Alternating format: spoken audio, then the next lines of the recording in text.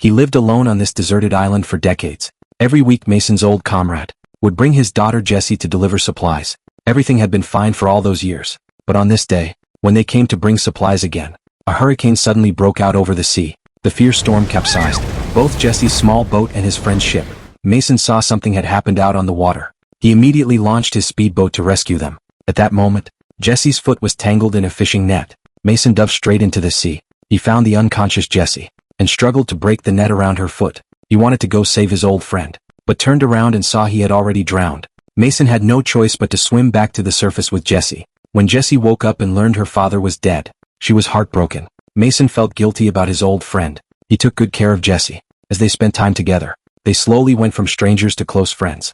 Little by little the smile came back to Jessie's face, but the wound on Jessie from the fishing net wouldn't heal. Worried her injury would get worse, Mason decided to go out to sea for medicine. But Mason never imagined that one single trip would bring him fatal trouble. He took his speedboat to the nearest coastal city and found a pharmacy.